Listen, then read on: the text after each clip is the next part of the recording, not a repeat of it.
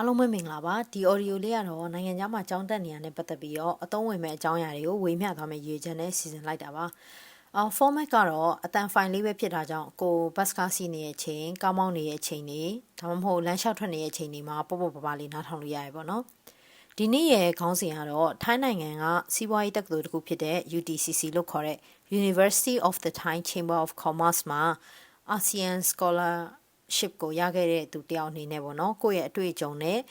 ကျောင်းလျှောက်တဲ့အတွေ့အကြုံတွေကိုမျှဝေပေးသွားမှာဖြစ်ပါတယ်ဆိုတော့ဒီဗီဒီယိုကတော့ကိုယ့်အတွက်အသုံးဝင်မယ်ထင်ရင်ဒီဗီဒီယိုပေါ့နော် like လုပ်ပြီးတော့ပဲဖြစ်ဖြစ်comment လုပ်ပြီးတော့ပဲဖြစ်ဖြစ်လုပ်ပြီးတော့ channel ကိုလည်း subscribe လုပ်ပေးသွားပါပေါ့နော်ဒါမှနောက်တင်တဲ့ဗီဒီယိုတွေကိုဆက်ပြီးတော့တွေ့နေအောင်လို့ပေါ့နော်ပထမဦးဆုံးဒီ UTCC ရဲ့အကြောင်းနဲ့အကြောင်းမှာရှိတဲ့ major တွေအကြောင်းစပြီးတော့ပြောအောင်ပေါ့နော်ဆိုတော့ UTCC ရဲ့အရှေ့ကတော့ University of the Thai Chamber of Commerce လို့ခေါ်တယ်မြန်မာလိုဘာသာပြန်မယ်ဆိုရင်တော့ကုန်သည်ကြီးများအသင်းတက္ကသိုလ်ပေါ့နော် UTCC တီရှိရဲ့နေရာကကြတော့ဝိတ်ကွာမြို့လို့ခေါ်တယ်သူကဒီဘန်ကောက်ရဲ့မြို့ထဲမှာပဲပါတယ်ပေါ့နော်ဒီမြန်မာလူမျိုးဒီနီးဆောင်ပြောရမယ်ဆိုရင်တော့မြန်မာလူမျိုးတွေအသိများတဲ့ဒီပရတူနန်နိုဘာလို့ပေါ့နော်ပြီးရင် Central World အဲ့ဒီနဲ့တိတ်မဝေးဘူးဆိုင်ကယ်နဲ့သွားမယ်ဆိုရင်15မိနစ်20ဝန်းကျင်လောက်ပဲကြာရပေါ့နော်ဆိုတော့ဒီအကြောင်းမှာ major တွေအတိအသီးရှိပြီးတော့သူကစီးပွားရေး major နဲ့ပတ်သက်ပြီးတော့နာမည်ကြီးပါတယ်ဥပမာဒီနှစ်ပိုင်းဆိုရင်finance engineering ဆိုပြီးတော့တက္ကသိုလ်မှာအသစ်ထပ်ဖွင့်တဲ့ major ရှိတယ်ဆိုတော့ဒီ major နာမည်ကြီးပြီးတော့ဒီ trading တွေပိုင်းနဲ့ပတ်သက်ပြီးတော့ဗောနော် technical analysis တွေအဲ့ဒါတွေကိုလည်းစိတ်ဝင်စားတဲ့လူတွေကဒီ major ကိုလာပြီးတော့တက်ကြတယ်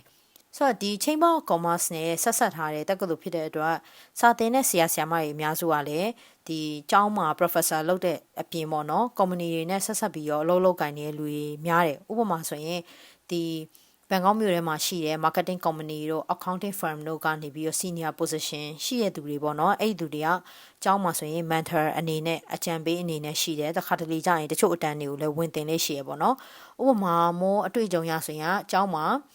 taxation ပေါ့နော်ဒီအခွန်နဲ့ပတ်သက်ပြီးတော့တင်တဲ့ဆရာဆိုရင်သူကအပြင်မှာလည်းဒီအခွန်ကိစ္စတွေနဲ့ပတ်သက်ပြီးတော့အလုပ်လုပ်တဲ့လူပေါ့နော်ဆိုတော့ဒီလက်တွေ့ example တွေကလည်းအရန်ကောင်းတယ်ဆိုတော့သူတို့နဲ့ဆက်ဆက်ပြီးတော့လည်းကိုကအလုပ်ရှာတဲ့ခါကျရင်အကြံဉာဏ်တွေတောင်းလို့ရတယ်ပေါ့နော်ကဲဆိုတော့ဒီကျောင်းမှာရှိတဲ့ major တွေအကြောင်းကိုစပြီးတော့ပြောအောင်ကျောင်းမှာ major တွေကအသီးသီးရှိရဆိုပေမဲ့ international program အတွက်ကတော့ကျောင်းမှာ International School of Management ဆိုပြီးတော့တစ်ခုပဲရှိရပေါ့နော်ဒီမှာကြားဖြတ်ပြီးတော့ပြောချင်တာကကြတော့ဒီ University နဲ့ School နဲ့ဒီကွာခြားပုံတွေကိုပြောပြမယ်ပေါ့နော် University ဆိုတာတော့တက္ကသိုလ်တစ်ခုလုံးကိုခေါ်တာဖြစ်ပြီးတော့ School ကတော့ဥပမာဆိုရင်School of Engineering, School of Law, School of Communication Arts ဆိုပြီးတော့ကိုယ့်ရဲ့သက်ဆိုင်ရာဌာနအလိုက်အသီးသီးကိုညွှန်းတာပေါ့နော်ဥပမာဆိုရင်ကျောင်းမှာပွဲရရှိတဲ့အခါကျရင်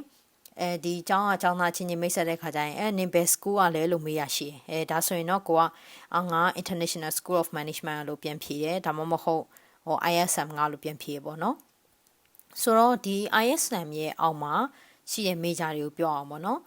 ISM ရဲ့အောက်မှာ single degree လို့ခေါ်တဲ့ဒီကိုကကျောင်းပြီးတော့ကျောင်းလေးနှစ်ပြီးသွားတဲ့ခါကျရင်ဘွဲတစ်ခုရရပေါ့နော် single degree ဆိုတော့အဲ့ဒီမှာ major အနေနဲ့က BBA ရှိတယ် Bachelor of Business Administration ပြီးတော့ BACC လို့ခေါ်တဲ့ Bachelor in Accountancy ရှိတယ်ပြီးသွားရင် Bachelor of Arts in Business English ဆိုပြီးတော့၃ခုရှိရပေါ့နော်ဒီ BBA ကတော့ International Business Management ကိုအထူးပြုထားဖြစ်ပြီးတော့ခုနပြောတဲ့ accountancy ကကြတော့ accounting ဘက်ကိုသွားတယ်နောက်ဆုံးဒီ Bachelor of Arts in Business English ကကြတော့ Business English ကိုတက်ရတဲ့ major ပေါ့နော်အခုလက်ရှိတက်နေတဲ့ဒီ BBA မှာဆိုရင်ဘာတွေသင်ရတာနဲ့ဆိုပတ်သက်ပြီးတော့လည်းအခြားဗီဒီယိုတစ်ခုကိုထပ်ပြီးတော့လုပ်ပေးသွားပါမယ်ဘာလို့လဲဆိုတော့ဒီ major ကမြန်မာကျောင်းသားအများစုကစိတ်ဝင်စားတဲ့ major ဖြစ်ပေမဲ့လည်းဒီ major မှာဘာတွေတင်ရလဲဆိုတာကိုတေချာပို့တည့်ရခါကျရင်ကိုကမရွေးခင်မှာတေချာစဉ်းစားလို့ရပါတော့ဒါကိုတင်တဲ့ဗီဒီယိုဟုတ်လားမဟုတ်လားဆိုတာဆိုတော့ဒီ၃ခုကတော့ဒါ single degree မှာပြောသွားပါတော့ double degree မှာဆိုရင်ကြတော့ဒါဘွဲရပြီး၄နှစ်ပြီးတဲ့ခါကျရင်ဘွဲ2ခုရတာပေါ့နော်အဲ့ဒီမှာတော့ဒီ Australia က University of Newcastle ဆိုတဲ့တက္ကသိုလ်နဲ့တွဲဖွင့်ထားတဲ့ double degree program တစ်ခုရှိရပေါ့နော်အဲ့ဒီ program ကကိုက join နေဆိုရင်ကြတော့ကျောင်းတက်တဲ့၄နှစ်ပြီးတဲ့အခါမှာ UTCC ကဒီ BBA ဘွဲ့ကော Australia တက္ကသိုလ်ပါဘွဲ့ရောပါစုစုပေါင်း2ဘွဲ့ရမှာဖြစ်တယ်ဆိုတော့ဒီလူတွေက academic ဘိုင်းမှာဆိုရင်တော့ပုံမှန် single degree ကျောင်းသားတွေနဲ့ပထမ2နှစ်ကအားလုံးတူတူပဲဒါပေမဲ့တတိယနှစ်နဲ့စတုတ္ထနှစ်မှာကျတော့ပို့ပြီးတော့ subject တွေကိုပို့ယူရတယ်ပြီးတော့တချို့ event တွေပေါ့နော်ပို့ပြီးတော့အလုပ်လုပ်ရတယ်ပေါ့ဥပမာဆိုရင်ဒီ Australia တန်ယုံတို့ဂျာမန်ဒီတန်ယုံတို့နဲ့ဆက်ဆက်တဲ့ပွဲတွေမှာတက်ပြီးတော့သူတို့ကလေ့လာရတာမျိုးရှိတယ်ဆိုတော့နောက်တစ်ခုကတော့ဒီ double degree မှာပေါ့နော်နောက်တစ်ခုရှိတာကကြတော့ဘာစီလိုနာကဒီတက္ကသိုလ်တစ်ခုပေါ့နော် Harbour Space လို့ခေါ်တဲ့တက္ကသိုလ်နဲ့ပေါင်းပြီးတော့ဖွင့်ထားတဲ့ business လဲကိုကတက်လို့ရတယ်ဥပမာ entrepreneurship လို့လည်းတက်လို့ရတယ်ဒါပေမဲ့အဲ့ဒါထက်ပိုပြီးတော့ကကြတော့သူတို့ကဒီ tech နဲ့သက်ဆိုင်တဲ့ major တွေပေါ့နော်ဥပမာ computer science တို့ cyber security တို့အဲ့ဒီအပိုင်းတွေနဲ့ပတ်သက်ပြီးတော့ပေါင်းပြီးတော့လေ့လာလို့ရတဲ့ major တွေလည်းရှိပါတယ်ဆိုတော့ဒါကတော့ကိုရွေးချယ်ဖို့အတွက် major တွေကရှိတာပေါ့နော် single degree မှာ major 3ခုရှိမယ်ကိုက double degree အနေနဲ့လိုချင်တယ်ဆိုရင်ဒီ University of Newcastle ဖွင့်တဲ့ major နဲ့ Harbour Space ကဖွင့်တဲ့ major တွေကိုပေါင်းပြီးတော့တက်လို့ရတယ်ပေါ့နော်ဆိုတော့မြန်မာကျောင်းသားအများစုကတော့ဒီ BBA ပဲသိကြတာများတယ်ပေါ့နော်ဆိုတော့များတော့ဒီ major မှာမြန်မာကျောင်းသားအများစုကတက်ချတယ်ဒါပေမဲ့တိုက်တွန်းချင်တာပေါ့နော်ဒီ Bachelor of Accountancy ဆိုတဲ့ major မျိုးကိုလည်းစိတ်ဝင်စားတယ်ကိုက accounting ကိုလည်းစိတ်ဝင်စားရဲဆိုရင်လည်းဒီ major ကိုတက်ဖို့အတွက်ကို recommend လုပ်တယ်ဘာလို့လဲဆိုတော့အခုတက္ကသိုလ်တက်နေတဲ့တခြားမှာပေါ့နော် accounting major နောက်ပိုင်းဒီ career အခွင့်အလမ်းတွေလည်းများတယ်ပေါ့နော်ကျောင်းတက်နေတော့မှလည်းဒီတက္ကသိုလ်နဲ့ချိန်ထားတဲ့ accounting firm ကြီးတယ်ပေါ့နော် corporate ကြီးတွေမှာဒီ internship ဝင်လုပ်ဖို့အခွင့်အလမ်းလည်းများတယ်ဆိုတော့ဒီ major ကိုစိတ်ဝင်စားရဲဆိုရင်ရှောက်ကြည့်ဖို့လည်းတိုက်တွန်းပါတယ်ပေါ့နော်ဆိုတော့ဒါတွေက bachelor major တွေဖြစ်ပြီးတော့ဆိုတော့ MBA အတွက်လည်းရှိတယ်ပြီးတော့ဒီ management နဲ့ပတ်သက်ပြီးတော့လည်းဒေါက်တာဘွဲကိုလည်းအကြောင်းမှာတက်လို့ရပါတယ်ဆိုတော့ကုန်ကျစရိတ်တွေကတော့တစ်နှစ်နဲ့တစ်နှစ်အပြောင်းလဲရှိတာမို့လို့ဒီ UTCC ASEAN ရဲ့ official website မှာတွားကြည့်ဖို့အတွက်ကို recommend လုပ်ပါတယ်ပေါ့နော်ဘာလို့လဲဆိုတော့ဒီမှာအခုပြောထားပေမဲ့လည်းနောက်တစ်နှစ်ကြာရင်ဈေးကပြောင်းလဲသွားနိုင်တာဆိုတော့လေဆိုတော့ဒီ major တွေအကြောင်းကိုပြောပြီးပြီဆိုတော့ကျောင်းကပေးတဲ့ပညာသင်စုတွေအကြောင်းကိုတစ်ချက်ပြောပြမယ်ပေါ့နော်ပညာသင်စုအနေနဲ့ကတော့ international ကျောင်းသားတွေကိုအမြဲပေးနေတဲ့ပညာသင်စု3ခုရှိတယ်နောက်ပြီးတော့ ASEAN Full Grant ဆိုပြီးတော့ရှိတယ်ဆိုတော့အမြဲတမ်းပေးနေတဲ့ပညာသင်စု3ခုအကြောင်းအရင်ပြောအောင်ပေါ့နော်အဲ့ဒီမှာပထမဆုံးတစ်ခုကတော့ Ratana Mungo Scholarship ဆိုတဲ့ scholarship ဖြစ်တယ်ပေါ့နော်ဆိုတော့3ခုရှိတယ် Ratana Mungo Scholarship ရယ် Gold Scholarship ရယ် Silver Scholarship ရယ်ဒီ Ratana Mungo Scholarship မှာကကြတော့ကျောင်းလာက4နှစ်စာလုံးကို 100% ကင်းလွတ်ခွင့်ရတယ်ပြီးတော့ကျောင်းတက်တဲ့အခါမှာအသုံးပြုရပေါ့နော်ဒီ learning device ပေါ့အဲ့ဒီမှာလဲ iPad တစ်လုံးပေါ့အဲ့ဒီ iPad တစ်လုံးကိုပညာသင်စုတွေမှာပါဝင်မှာဖြစ်တယ်ဆိုတော့ဒါကတော့မိုးလျှောက်ခဲ့တဲ့နှစ်ကပေါ့နော်ဒီနှစ်ကတော့ iPad ကပါဝင်မပါဝင်ဆိုတာဒီကျောင်းကထုတ်တဲ့ဒီ announcement မှာပြန်ပြီးကြည့်ရမှာပေါ့နော်ဆိုတော့ဒီတော့4နှစ်စာကင်းလွတ်ခွင့်နဲ့က50% ကင်းလွတ်ခွင့်ရတာဟောကြတော့ Gold Scholarship လို့ခေါ်တယ်ဆိုတော့ Gold Scholarship က50% ရတယ် Silver Scholarship က30% ရတယ်အလားတူပဲ iPad ဝယ်တဲ့ခါကျရင်လည်းဒီ50% off နဲ့30% off ကိုရတယ်ကိုကဒီ scholarship ကိုရတယ်ပေါ့နော်ဆိုတော့ iPad ကကြတော့ဒီလိုမဖြစ်မနေဝယ်ရတာတော့မဟုတ်ပါဘူးဒါပေမဲ့ကျောင်းမှာအများဆုံးသုံးတဲ့ဒီသင်ကြားရေး material တွေပေါ့ဥပမာ textbook တို့ slide တို့ကများသောအားဖြင့်ကျောင်းမှာက soft copy တွေပဲသုံးကြတာများတယ် library မှာဆိုရင်လည်းဒီ digital library ပေါ့နော်အဲ့ဒါကိုအသားပေးပြီးတော့လုပ်ထားတာရှိတယ်ဆိုတော့ iPad ရှိတဲ့ခါကျရင်ကိုကအသုံးဝင်တာပေါ့နော်ဒါပေမဲ့ကိုကဒီ notebook တို့ laptop တို့ရှိထားတယ်မလို့ဆိုရင်လည်းဝယ်စရာတော့မလိုဘူးဒါပေမဲ့ဝယ်ခြင်းနဲ့ဆိုရင်ကိုက scholarship ရတယ်ဆိုရင်ဒီလိုမျိုး percentage တွေ short တာမျိုးရှိတယ်ဆိုတော့ကျောင်းကိုရှောက်မယ်ဆိုရင်အနည်းဆုံးကိုကscholarship ရဖို့မသေးကြဘူးဆိုရင်တော့မှပဲအနည်းဆုံးဒီ silver scholarship လောက်တော့ရှောက်ဖို့အတွက်ကိုတိုက်တွန်းနေပေါ့နော်ဘာလို့လဲဆိုတော့30% ကကြတော့ရဖို့ chance ကအရင် high chance ရှိတယ်ပြီးတော့ကိုအတွက်ကကြတော့လေ30% တက်တာဝါရဆိုရင်မနည်းဘူးပေါ့နော်ဆိုတော့ဒါကတော့အကြောင်းကအမြဲတမ်းပေးနေတဲ့ scholarship 3ခုပေါ့နောက်ထပ်တစ်ခုကကြတော့မိုးလျှောက်ခဲ့ရခဲ့တဲ့ scholarship ပေါ့နော် ASEAN Full Grant Scholarship လို့ခေါ်တယ်ဆိုတော့ဒီ scholarship ကတော့ ASEAN နိုင်ငံအကြောင်းသားတွေကိုပဲပေးတာပေါ့နော်သူကတစ်နှစ်ကိုတစ်ယောက်2ယောက်လောက်ကမိုးသေးတဲ့လောက်တော့2ယောက်လောက်ကိုပဲအများဆုံးပေးတာမျိုးရှိတယ်ဒီ ASEAN နိုင်ငံက ကျောင်းသားကိုပဲပေးတာပေါ့နော်ဆိုတော့ तू ကဘာလို့လဲဆိုတော့ scholarship ကလည်းဒီအခြား scholarship တွေတော့ပို့ပြီးတော့ benefit ကပိုများတယ်ဆိုတော့ဒီ scholarship မှာဆိုရင်သူက4နှစ်တာကိုကကျောင်းလာခကင်းလုပ်ခွင့်ရယ်ပြီးရင် learning device ဖြစ်တဲ့ဒီ iPad တစ်လုံးရတယ်ပေါ့နော်အဲ့ဒါအပြင်ဒီကျောင်းတစ်နှစ်မှာဆိုရင်ကျောင်းတက်ရလာ10လရှိရပေါ့နော်ဆိုတော့အဲ့ဒီ10လစာကိုလည်းတစ်လကိုဘတ်8000ပေးတယ်ဆိုတော့တစ်နှစ်ကိုဘတ်8000ရတာပေါ့နော်ဆိုတော့ရတာကတော့ဒီဘတ်8000ကအမြဲတမ်းတော့လကုန်ပြီးသွားရင်ပထမအပတ်ထဲမှာဒီဘတ်8000ကိုပေးတယ်ဆိုတော့ဒါကလည်း4နှစ်စက်တက်ရမှာပေါ့နော်ကိုယ့်ရဲ့ GPA သူပြောထားတဲ့ minimum GPA requirement ကိုထိန်းသွားနိုင်နေဆိုရင်ဆိုတော့ဒီ ASEAN scholarship ကတော့များသောအားဖြင့်ဒီကျောင်း website မှာပြလို့မရှိဘူးအဲ့တော့ကိုကကျောင်းကိုဆက်သွယ်ပြီးတော့မေးကြည့်ရမှာပေါ့နော်ဒီနှစ်အတွက် ASEAN scholarship ရှိလားငါ ASEAN scholarship အတွက် apply လုပ်လို့ရလားဆိုတော့မေးကြည့်ရမှာပေါ့နော်ပြီးတော့ပြောသွားတဲ့ scholarship အားလုံးနဲ့မှာscholarship ကနေပြီးတော့ coverage မဖြစ်တဲ့ဟာတွေကိုတစ်ချက်ပြောပြမယ်ပေါ့နော်ဆိုတော့ခုနကပြောသွားတာကတော့ကျောင်းလာခ gain လုပ်ခွင့်ရတယ်ပြီးတော့ဒီ learning device တွေရတယ်ဒီကျောင်း scholarship ထဲမှာမပါတဲ့ကိုယ့်ရဲ့ expand တွေပေါ့နော်ဒါတွေကဘာရှိမလဲဆိုရင်ကျောင်းကို registration fees ပေးရတာရှိတယ်ပြီးွားရင် insurance fees ရှိတယ်ဇာတစ်နှစ်စာပေါ့နော်အခုမိုးကိုယ်တိုင်ကလည်း ASEAN full grant ကိုရထားတာဖြစ်တဲ့အတွက်ဒီတစ်လကိုကျောင်းကနေပြီးတော့ဘတ်8000ပေါ့နော်ဒီလိုမျိုးထောက်ပံ့နေငွေရတယ်ဒါပေမဲ့ပေးရတာကြတော့ဥမာတစ်နှစ်ကို insurance fees ကဘတ်2200ပေးရတယ်အဲ့ဒါကြတော့ကိုဒီမှာနေမကောင်းဖြစ်တဲ့ဘာညာဆိုရင်စီးရုံသွားလို့ရတယ်စီးရုံသွားပြီးတော့ဘတ်1500အောက်ဆိုရင်စီးရုံဘတ်1500အောက်ပေါ့နော်အဲ့ဒီကို cover ဖြစ်တယ်ဆိုတော့စီးရုံကိုသွားတဲ့ခါကျရင်အဲ့ဒီ insurance card လေးကိုပဲပြစရာလိုတယ်ပတ်စံကိုကြိုပေးပြီးနောက်မှပြန်ထုတ်စရာမလိုဘူးစေုံအများစုမှာပေါ့နော်ဒီ insurance card ကိုပြလိုက်အောင်ပဲပြလိုက်ရင် तू ကအဲ့ဒီကနေပြီးတော့ပဲဖြတ်သွားအဲ့တော့ပတ်စံပေးကြမလို့ပေါ့ကိုပြတဲ့ဟာကဘတ်1500အောက်ဆိုရင်ဆိုတော့ဒီမှာအဲ့ဒီ insurance fees အတွက်ကကြတော့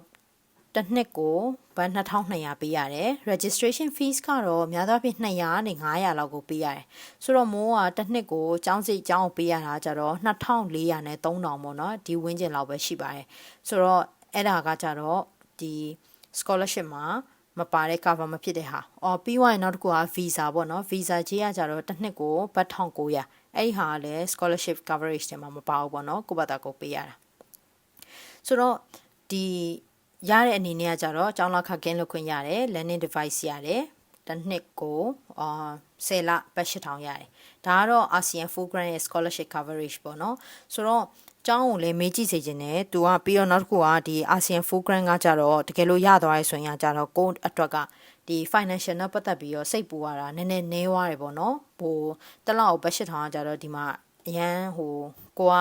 အလုံးမလုံးတဲ့ကျောင်းသားဆိုရင်ကြတော့အထောက်အကူအများကြီးဖြစ်တယ်ပေါ့နော်ဆိုတော့ဒါကတော့ scholarship တွေရဲ့အကြောင်းပါဒီတော့အခုကျောင်းလျှောက်တဲ့ process ကိုသွားအောင်ပေါ့နော်ဒီမှာတော့မိုးကိုယ်တိုင်ကျောင်းလျှောက်ခဲ့တဲ့ process ကဘယ်လိုရှိလဲဆိုတာကိုလည်းနည်းနည်းလေးရှင်းပြသွားမယ်ပေါ့နော်ကျောင်းမှာတစ်နှစ်ကို intake 2ခုရှိပါတယ်ဆိုတော့ August intake နဲ့ January intake August intake ကတော့ဒါ regular intake ပေါ့နော်ဆိုတော့မိုးကလည်းအဲ့ဒီ intake အတွက်ကိုလျှောက်ခဲ့တာ scholarship တွေကျောင်းဝင်ခွင့်တွေကိုမှီဖို့အတွက်ကကြတော့ application ဖွင့်တာနဲ့သူကစလျှောက်လို့ရပြီသူက school application ကဥပမာ August ဖွင့်နေပဲထားပါတော့ August ဖွင့်နေဆိုရင်အဲ့ဒီ August လအထိ school application ကလျှောက်လို့ရတယ်ဒါပေမဲ့ scholarship ကတော့စောစောလျှောက်တဲ့အခါကျရင်ပို့ပြီးတော့ကောင်းတယ်ပေါ့နော်ဆိုတော့မိုးတော့ကတော့ဒီ application ကို August လအတွက် application ကိုမေလ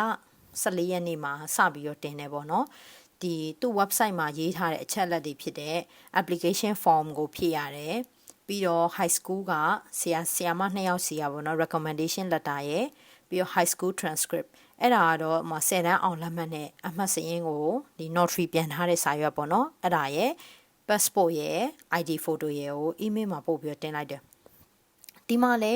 ဆိုတော့ document တွေကပို့ဆုံးလေးကိုကဒီ university application process ကိုserious ဖြစ်တယ်ပေါ့နော်ငါဒါကိုသေချာ apply လုပ်ချင်တယ်ကိုယ့်ရဲ့ commitment ကိုပြတာပဲဒါကြောင့်မလို့သူ့ရဲ့တောင်းထားတဲ့စာရွက်တွေကို document တွေကိုစုံလင်းဖြည့်အောင်လို့ပြင်ဆင်ထားစေချင်တယ်ပေါ့နော်ဆိုတော့ personal statement ကတော့သူတို့တောင်းတဲ့နေရာမှာမပါဘူးဒါပေမဲ့မိုး email ထဲမှာအရင်တော့က ငါဘာတွေလုပ်ခဲ့ရတဲ့ပတ်သက်ပြီးတော့ရှင်းပြခြင်းလို့ personal statement ကိုလည်းတင်ပေးထားပါတယ်ပေါ့နော်ဒါပေမဲ့မလိုအပ်ဘူးဆိုရင်လည်းဒီ document လေးကို ignore လုပ်လိုက်ပါဆိုပြီးတော့ခွင့်ထောင်းပြီးတော့ personal statement ကိုလည်းထပ်ပေးလိုက်တယ်ဆိုတော့မိုးကဘာလို့ထပ်ပေးလိုက်တာလဲဆိုတော့အရင်ကဒီအသက်20အခုကျောင်းဆောက်ခဲ့တာကအသက်20မှာစလျှောက်ခဲ့တာပေါ့နော်ဆိုတော့ဒီ10တန်းပြီးတဲ့ကိုက15 16နှစ်ကနေပြီးတော့အသက်20တိကျောင်းမတက်ပဲနေတာကိုဒီ4နှစ်တောင်ကကြတော့ gap year လို့ခေါ်ရပေါ့ဆိုတော့ဒီ gap year မှာကိုကဘလို့တွေအကျိုးရှိရှိအသုံးချခဲ့လဲဘလို့အတွေ့အကြုံတွေရထားလဲဆိုတာကိုကရှင်းပြနိုင်နေဆိုရင်ကြတော့ကိုယ့်ရဲ့ commitment ကိုပို့ပြီးတော့ပေးရရောက်တယ်ပြီးတော့နောက်တစ်ခုကဒီ acceptance rate ကလည်းပို့ပြီးတော့များနိုင်ရရှိရပေါ့နော်ဆိုတော့ကျောင်းလျှောက်တုံးကပြီးတော့နောက်တစ်ခုကကျောင်းသားအများစုမို့လာပြီးတော့မေးကြရှိရပေါ့နော်အင်္ဂလိပ်စာအရေးချင်းစစ်စာမေးပွဲလက်မှတ်လို့လားဆိုတော့မိုးတော့က IELTS score TOEFL အဲ့လက်မှတ်တွေဘာမှမရှိဘူးအဲ့ဒါကြောင့်မလို့လေကျောင်းကိုဒါတွေမရှိရတဲ့အတွက်တကယ်လို့ကျောင်းမှာပေါ့နော် English placement test ထပ်စစ်ချင်တယ်ဆိုရင်စစ်လို့ရပါတယ်လို့လည်း email မှာရေးပေးလိုက်တယ်ဒါပေမဲ့ဒီ personal statement တို့ email တို့မှာတော့ပေါ့နော်လုံးဝကိုက academic writing ဆန် English level ကိုလည်းမြင့်အောင်လို့ရေးထားရပေါ့နော်ဥပမာပုံမှန်ရိုးရှင်းရေးတာမဟုတ်ဘဲနဲ့ကိုယ့်ရဲ့ English level ကhigh level ဖြစ်တယ်ပေါ့နော်နင်တို့ဒီအကြောင်းကိုတက်ဖို့အတွက်ကိုမှ English level လုံလောက်ရှိတယ်ဆိုတာကိုပြလို့ရအောင်လို့အရေးသားကိုသိချာရေးထားပေါ့နော်ဆိုတော့ဒီ personal statement ရေးတာနဲ့ပတ်သက်ပြီးတော့လည်းworkshop လေးလုပ်ဖို့ရှိတယ်ဆိုတော့ Facebook မှာတင်ပေးမှာမလို့အဲ့ဒါကိုလည်းတစ်ချက်လောက်စောင့်ကြည့်ပေးပါပေါ့နော်ကိုယ့်အတွက်အသုံးဝင်မယ်လို့ထင်ဆိုတော့လုံမှာတော့ဒီဇင်ဘာထဲမှာလုံမှာပါဆိုတော့ဒီ workshop တွေမှာကိုယ့်ရဲ့အတွေ့အကြုံတွေကိုဘယ်လိုရေးမလဲပြီးွားရင်ဒီ personal statement ရေးရဲဆိုတာလဲtechnical skill တစ်ခုဖြစ်တယ်ပေါ့နော် technical skill လို့ဘာလို့ပြောရလဲဆိုတော့ဒါက improve လုပ်လို့ရတယ်သူ့မှာ technique တွေရှိတယ်ဥပမာဘလို့စလုံးတွေသုံးလိုက်ရင်ကိုယ့်ရဲ့ English level ကအဆင့်မြင့်သွားအောင်လုပ်နိုင်တယ်ဆိုတော့ပြီးတော့ဘလို့စလုံးတွေကိုသုံးရင်ကိုယ့်ရဲ့ commitment ကိုသိချာပြနိုင်တယ်ဆိုတော့ဒီအသုံးနှုန်းတွေကိုဘလို့ရေးရမလဲဆိုတော့အဓိကသင်ပေးသွားမယ့် workshop ကိုဒီဇင်ဘာလမှာလုပ်ဖို့ရှိပါတယ်ပေါ့နော်ဆိုတော့ကျောင်းလျှောက်ပြီးတော့ဒီ document တွေတင်လိုက်တယ်ကျောင်းလျှောက်ပြီးတော့နောက်တစ်နေ့မှာပဲကျောင်းကဒါဆိုရင် CV ဘာထပ်ပို့ပေးလိုက်ပါဆိုပြီးတော့ CV ထပ်တောင်းတော့ CV ထပ်ပို့ပေးလိုက်တယ်ဆိုတော့သူ့ဘက်ကဒီလိုမျိုး document တောင်းတာဒါ good sign ပဲပေါ့နော်ဒါကိုပို့ပြီးတော့စိတ်ဝင်စားလို့ဒီ document ကိုထပ်တောင်းတာပေါ့ဆိုတော့မေလ16ရက်နေ့မှာကျောင်းလျှောက်ပြီးတော့နောက်တစ်ပတ်လောက်ကြာမှာ interview လုပ်ဖို့အတွက်ကိုသူကအကြောင်းကြားလာတယ်ပေါ့နော်ဆိုတော့ဒီ interview မှာဘာတွေမေးမလဲဆိုတာကိုတော့ဒီနောက်ဗီဒီယိုမှာဆက်ပြီးတော့ရှင်းပြပေးသွားပါမယ်ဒီနေ့တော့ကတော့ဒီလောက်ပါပဲဒီနေ့မှာတော့ဒီ university ရဲ့အကြောင်းရယ်ကျောင်းမှာရှိတဲ့ major တွေအကြောင်းရယ်ပညာသင်စုအကြောင်းရယ်နဲ့ကျောင်းလျှောက်တုံးကလိုအပ်တဲ့အကြောင်းတွေကိုရှင်းပြခဲ့ရပေါ့နော်နောက်ဗီဒီယိုမှာတော့ဒီ interview အတွက်ပြင်ဆင်ရမှာတွေကျောင်းရဲ့အားသာချက်အားနည်းချက်ပြီးတော့ကိုယ်သဘောကျတာတွေမကျတာတွေနဲ့ပတ်သက်ပြီးတော့ထပ်ပြီးတော့ပြောပြပေးသွားပါမယ်ဆိုတော့ဒီတော့ဒီဗီဒီယိုလည်းအသုံးဝင်နေဆိုရင်ကိုယ့်အတွက်အသုံးဝင်နေဆိုရင် like လုပ်ပြီးတော့ channel ကိုလည်း subscribe လုပ်ပေးသွားပါပေါ့နော်ဒီဗီဒီယိုနားထောင်နေနဲ့ပတ်သက်ပြီးတော့ပဲဖြစ်ဖြစ်ဆိုတော့အခြားကိုအရင်တည်းကပေါ့နော်သိကျင်နေရပဲဖြစ်ဖြစ်ကျောင်းလျှောက်တာနဲ့ပတ်သက်ပြီးတော့အထူးသဖြင့်ပေါ့နော်ဒီ time မှာကျောင်းလျှောက်တာဒီ UTCC မှာကျောင်းလျှောက်တာနဲ့ပတ်သက်ပြီးတော့သိကျင်တာရှိရင်လည်း comment မှာမေးကြလို့ရပါတယ်ဆိုတော့ဒီနေ့ဗီဒီယိုကအားလုံးအတွက်တခုခုအသုံးဝင်သွားမယ်လို့မျှော်လင့်ပါတယ်